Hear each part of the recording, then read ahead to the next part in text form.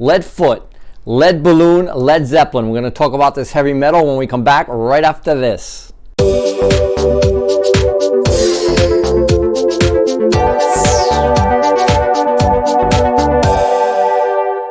All right, 3 objectives we're going to cover in today's video. First one is, what is lead? Why do we use it? Why is it everywhere?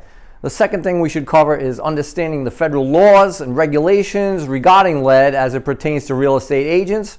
And then the third and final thing I'd like to cover today is who is most susceptible to lead poisoning. And that's what we'll cover today. So first, we're going to cover what is lead. Lead is a heavy gray metal, had many great uses, which is why we used it everywhere. But unfortunately, it can be harmful if it gets in the body. Lead was used to make paint prior to 1978. It would make the paint stick to the wall better, last longer, also mold resistant. But unfortunately, because of lead poisoning, in 1978, lead was banned in paint. Many old houses have lead-based paint in them. 80% of the houses in this area were built prior to 1978. Lead poisoning, it's everywhere. Children have to be tested for lead now. Real estate agents have to disclose everything about lead when selling. The sources of lead, I mean, it's astronomical. It's everywhere. It's in the air. You can ingest it by dust. You're sanding the paint. You're going to kick up some dust. Fish sinkers. Anybody been fishing? That's pure lead. And it's in toys, stained glass, cosmetics, jewelry, pottery. It's even in fruits and vegetables. Lead gets in the ground, gets in the soil, and it gets in your food. Doors, windows, floors, trim areas, you do not want any chipping paint at all. It's everywhere. That's why it's important that we adhere to all the rules and regulations regarding lead.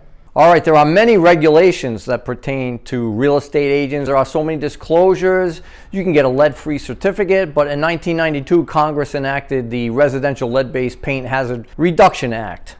Regulate disclosure of any lead-based hazards. There's a Title 10 regulation, 1996, applies to sellers, lessors, and real estate brokers and agents. So there's so many organizations keeping an eye on lead and lead hazards. Consumer Protection Safety Commission, HUD, EPA, then you have OSHA.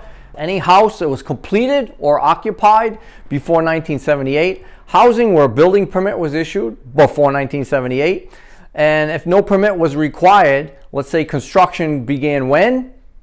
Right, before 1978. Very good, you've been paying attention.